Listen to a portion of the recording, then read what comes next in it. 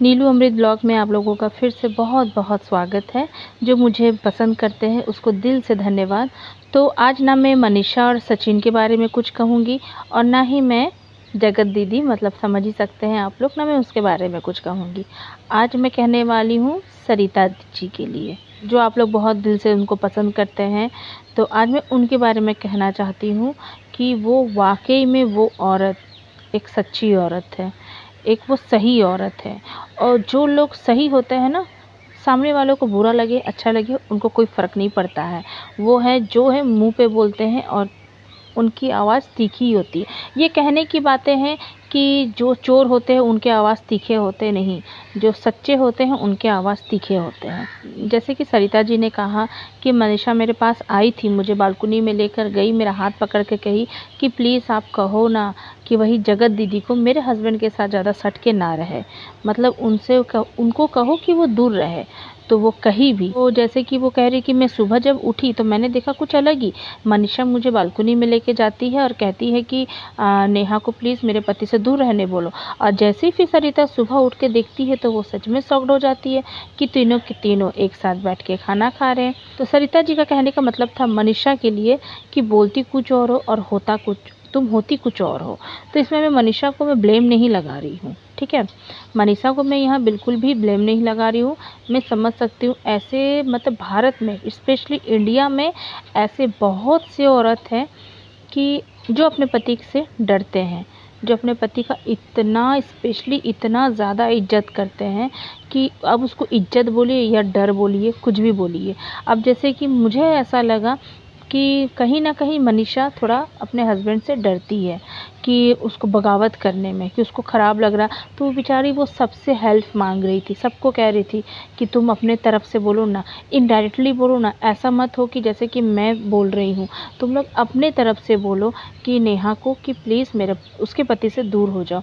क्योंकि कहीं न कहीं शायद सचिन चिल्लाता होगा, गुस्सा होता होगा, वो कहता होगा कि तुम मेरे ऊपर शक करती हो। ये भी बात हो सकती है कि सचिन चिल्ला के, डाँट के, डर दिखा के मनीषा को दबा देता होगा और मनीषा डर से दब जाती होगी। कहीं न कहीं मतलब मनीषा के पास में कोई आता जाता उसको ऐसा फ़ील होता था कि शायद मैं इसे कहूँगी तो वो मेरा हेल्प कर देगा। तो इसीलिए तो सरिता जी, अगर मेरी आवाज़ अगर आप तक जाएगी तो आप ये मत सोचिएगा कि मनीषा रात में कुछ थी, सुबह कुछ हो गई, नहीं। कहीं न कहीं भारत की ऐसी बहुत सी औरतें हैं जो अपने पति को, मतलब पति देख रहे कि पति गलत कर रहा है, फिर भी वो डायरेक्ट नहीं बोल पाती। शायद वो डरती होगी, शायद इसीलिए कि मैं कुछ कहूँगी झगड़ा होगा, माहौल ख़राब होगा, बेइज्जती होगी, तो वो मेरा बात मानेगा ही नहीं। वो मतलब वो मेरा बात सुनेगा ही नहीं। माने इस तरह की वो बहुत कुछ मनीषा सोच रही होगी। तो इसीलिए पीठ पीछे तो वो हेल्प मांग रही है सबसे, लेकिन फिर सब मतलब पति के सामने बैठ के खा ले रही है, हंस रही है। उसकी एक मजबूरी है। और सबसे बड़ी मजबूरी पता है क्या है? ये सोशल मीडिया से उन लोग को कमाना है, खाना है। तो वो नहीं दिखा सकती है ना कि मेरे पति किसी से फंसे हुए हैं या मेरे पति कोई औरत से लगे हुए हैं। तो फिर मेरे पति का बेइज्जती होगा, मेरे पति का इंसल्ट होगा, तो लोग क्या कहेंगे, लोग थूकेंगे, हमारी बदनामी होगी। तो वो सोशल मीडिया में बेचारी एक जोकर का, मतलब एक होता है फेस, इंसान का फेस अलग होता है, फिर मुकुट लगा लो जोकर का। तो वो हमारी मनीषा वैसी ही हो चुकी थी कि मनीषा को ऐसा लगता था कि सबके सामने तो मुझे नकली लाइफ जीना ही है, लेकिन वो भीतर ही भीतर वो घुट रही थी। तो सरिता जी प्लीज़ आप मनीषा के बारे में ये ना सोचें कि वो मुझसे हेल्प मांगी और सुबह में फिर तीनों जन एक ही थाली में बैठ के खा रहे थे। तो ये चीज़ आप ना सोचें, है ना। देखिए हम लोग तो छोटे मोटे क्रिएटर हैं, हम लोग यूट्यूबर हैं जो भी, कि हम लोग की बातें तो वहाँ तक नहीं पहुँच सकती है। सरिता जी, अगर मेरी आवाज़ अगर आप तक जा रही है तो आप प्लीज़ आप सचिन, आप मनीषा का साथ दें। आप ये ना सोचें कि उस टाइम पे ऐसा हुआ तो मनीषा गलत है। नहीं, मनीषा गलत नहीं है। आप एक औरत होके आप समझ सकते हैं। बहुत से लोगों की बीवी है कि जैसे कि वो अपने पति के साथ उठती है, बैठती है, जो तू मैं करती है, पति ही दब के रहता है। लेकिन इंडिया में अभी भी कुछ परसेंट ऐसा बचा है कि बीवी पति के इशारे पे नाचती है। लेकिन बहुत सारे यूट्यूबर है, बहुत सारे ऐसे क्रिएटर है जो कह रहे हैं कि मनीषा को तो पहले से पता था, तो वो आंदोलन क्यों नहीं उठाई, वो क्यों नहीं उठाई, है ना। वो इसलिए नहीं उठाई क्योंकि ये इंडियन वाइफ है जो अपने पति के दबाव में वो दब चुकी थी। लेकिन हाँ, वो कैसे आवाज़ उठाई, वो बहुत आवाज़ उठा रही थी, अपनी सास को कह रही थी, अपनी माँ से कह रही थी, ऐसे बहुत सारे क्लोज़ यूट्यूबर के साथ वो कह रही थी कि प्लीज़ मेरा हेल्प करो, मेरे पति को मेरे लाइफ में वापस लेके आ जाओ प्लीज़। वो चुपके चुपके बेचारी सबसे हेल्प मांग रही थी। उसके बाद हिम्मत कहाँ से मिली उसको मैं बताती हूँ। जब सचिन को नेहा से धोखा मिला, जब सचिन को जगत दीदी से धोखा मिला, फिर जब सचिन सामने प्रेजेंट हो गया कि नहीं, मैं अपनी इतनी अच्छी बीवी को, इतने मासूम बीवी को, इतनी भोली भाली बीवी को छोड़कर मैं उस चुड़ैल के पास, मैं उस फ्रॉड के साथ में लगा हुआ था, मेरी लाइफ उसने बर्बाद कर दिया। सचिन को कहीं ना कहीं ये चीज़ महसूस हुआ।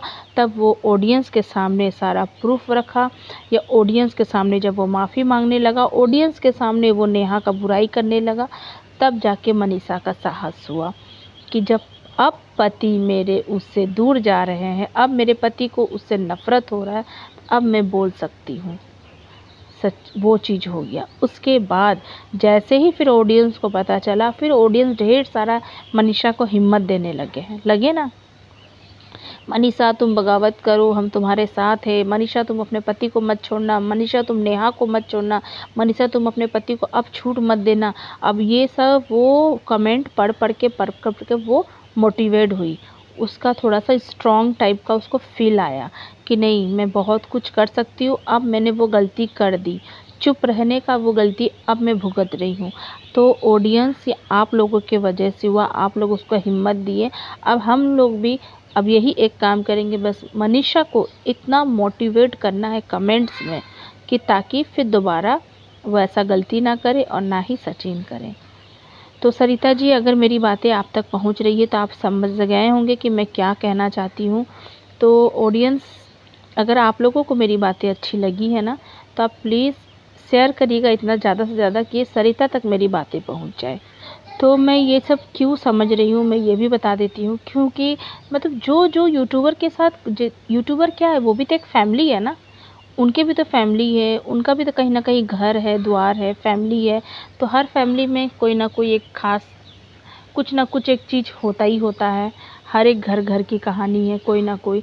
तो ये जो कहानी है ना, जो मैं मनीषा के मैं समझ गई हूँ कि मनीषा क्यों, जो सरिता बोल रही मैं शॉक्ड हो गई, रात को कुछ और थी, सुबह देखिए एक थाली में तीनों खा रहे। तो ये सब ना मैं देख चुकी हूँ मेरे खुद के घर में।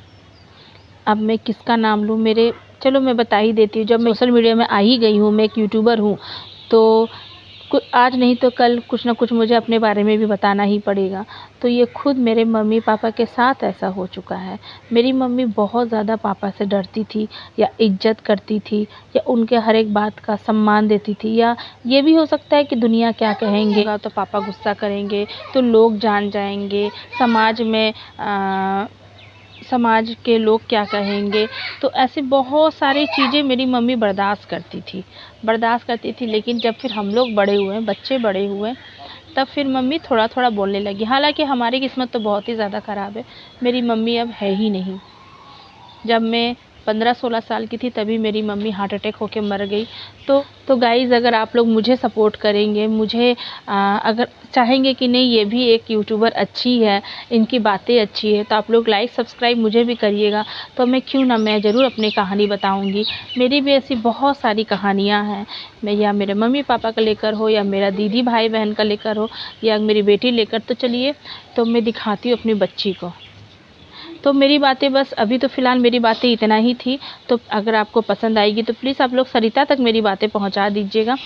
अब चलिए मैं अपनी कुछ लाइफ दिखाती हूँ कि मेरे लाइफ में कितनी स्ट्रगल होती है, फिर भी मैं डट के हूँ।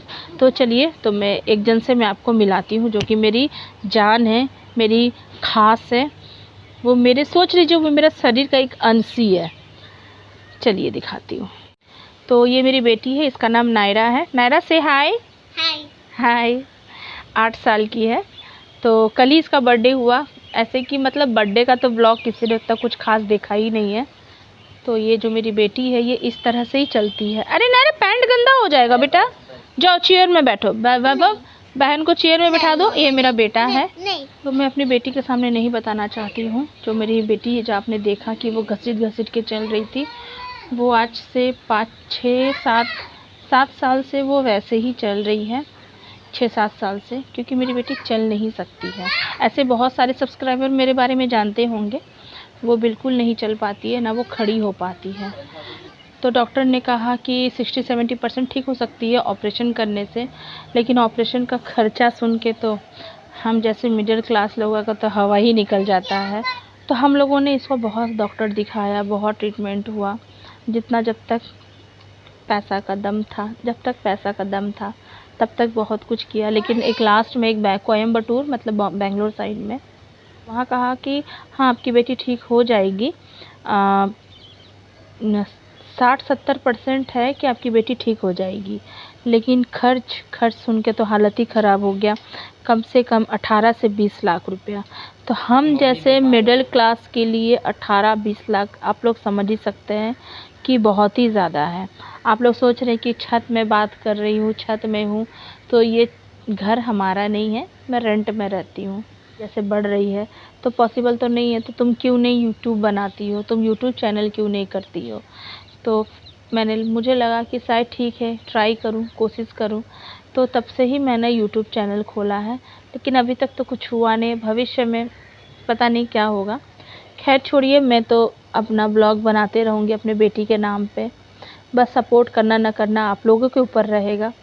तो एक्चुअली घर में अकेले ही रहते हैं, बस कोई नहीं, मैं, मेरा बेटा और मेरी बेटी, हम लोग तीनों ही रहते हैं अकेले।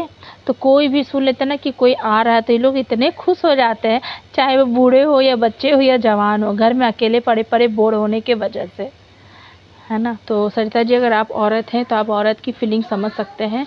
तो बस हम लोगों को यही करना। अब मनीषा जी को हिम्मत आई है, स्ट्रॉन्ग हुई है, तो हम लोग को सब मिलकर उसको खूब मोटिवेट करना है, और मनीषा जी मोटिवेट हो जाए और अपने पति का सिर्फ सपोर्ट करे, साथ दे और पल्लू में दबा के रखें। तो चलिए गाइज़, मेरा आज का ब्लॉग मैं यही ख़त्म करती हूँ। अगर आप लोगों को मेरी बातें सच में दिल से बहुत पसंद आई, अच्छी लगी, तो लाइक और सब्सक्राइब ज़रूर कर दीजिएगा। एक छोटे मोटे यूट्यूबर को सोचिएगा कि चलो इनकी बातें अच्छी लगी तो थोड़ा सा प्रसाद दे दूँ। तो चलिए बाय बाय, फिर कल मिलती हूँ।